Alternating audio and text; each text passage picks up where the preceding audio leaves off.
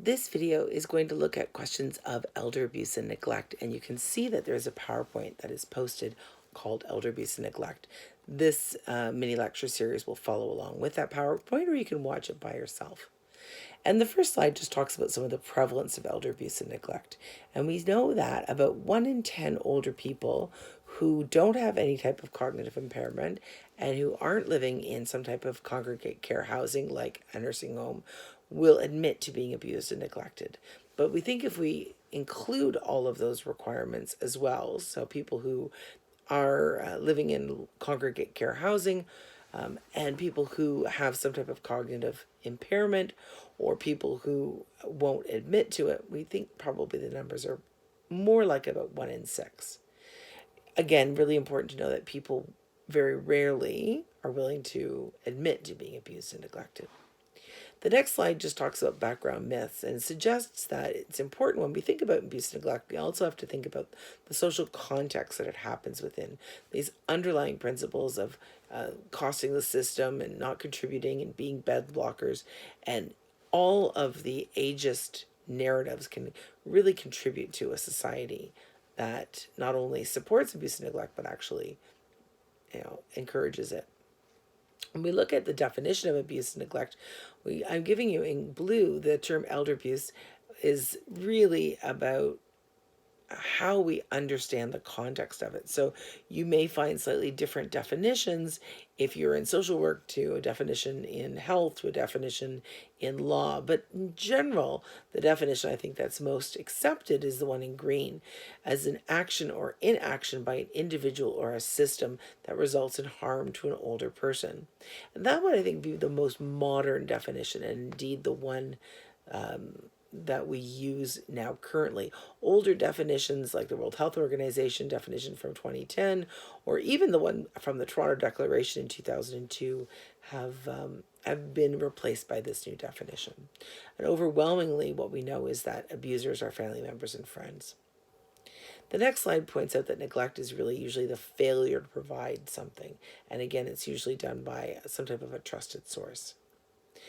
When we're looking at self-neglect, which is the next slide, we have to really focus in on the idea that it's really determined how much you can intervene by whether or not the person is mentally capable.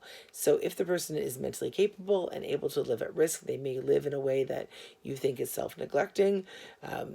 It may make a choice to live on the street. It may be to live in an environment which you would think would be unsanitary or even hoarding. But if they have mental capacity and they're not, notably impinging on the rights of others, which sometimes we see in hoarding situations for people who live in tenancies nearby, and there's overflow or vermin, which affects the housing. But if the person is mentally capable, they're allowed to live at risk. If they're not mentally capable, then there may be some supports that come in even against their expressed wishes.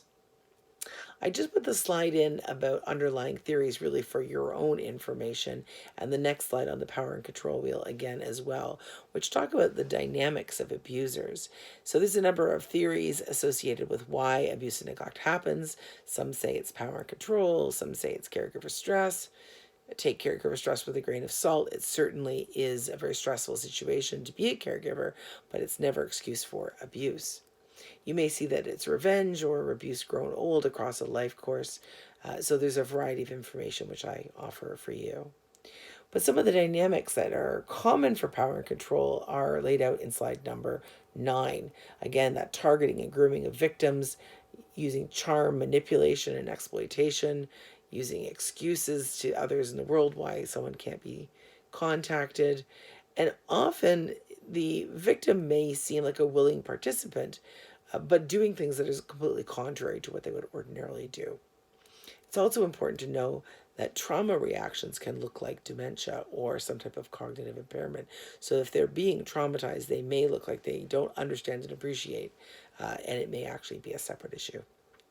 You see that on slide 10, to recognize elder abuse and neglect, we talk about generally the different types: physical, emotional, sexual, financial neglect, and self-neglect. There's some emerging areas as well, like chemical abuse, where you see people being over medicated, particularly with antipsychotic medications.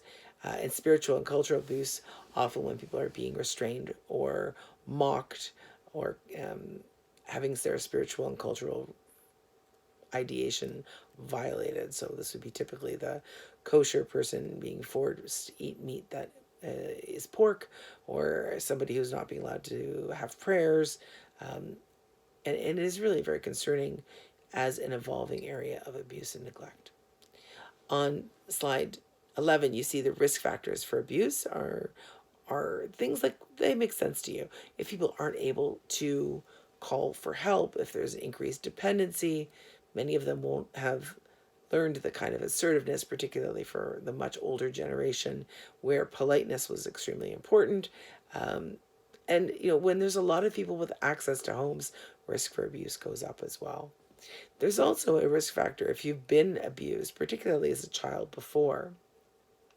People often aren't believed. So we're going to leave it at that point, and we'll take the next video on criminal versus civil in a minute.